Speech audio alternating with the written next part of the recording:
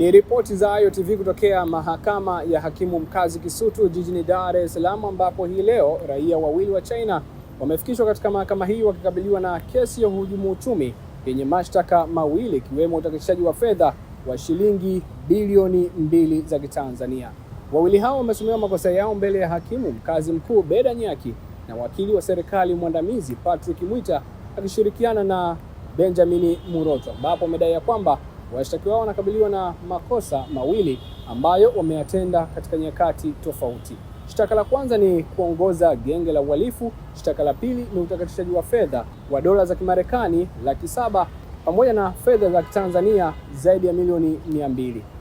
Washtakiwa hao ni Weis Wang na Yao Li Kong, ambapo kwa mujibu wa hati ya mashtaka iliyosomwa mahakamani hapo,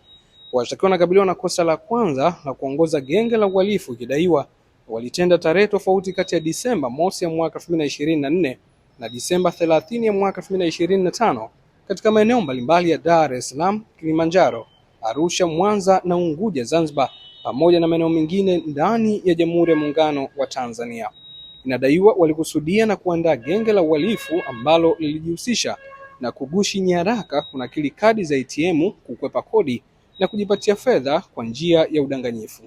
Katika kosa la pili, washtakiwa wanadaiwa kutenda kosa la utakatishaji wa fedha, ambapo katika tarehe hizo tofauti wakiwa Dar es Salaam na maeneo mengine nchini, washtakiwa walipata mali ambazo ni dola za Kimarekani 777,075 pamoja na shilingi za Kitanzania milioni 281,710,000, huku akijua kuwa fedha hizo ni zao la uhalifu wa kuongoza genge la uhalifu. Wawili hao baada ya kusomewa mashtaka yao hawakutakiwa kujibu lolote kutokana na mahakama hii kutokuwa na mamlaka ya kusikiliza kesi ya uhujumu uchumi hadi hapo Mahakama Kuu ya Tanzania. Hakimu yake ameahirisha kesi hiyo hadi Januari 21 ya mwaka huu 2026 kwa ajili ya kesi hiyo kutajwa, ambapo upande wa jamhuri umebainisha kwamba upelelezi wa kesi hiyo bado haujakamilika. Mimi naitumika namba, na hizi ni ripoti zaidi, na itakumbukwa kufikishwa mahakamani kwa raia hawa wawili kunatokana na video ambazo zilisambaa mitandaoni zikionyesha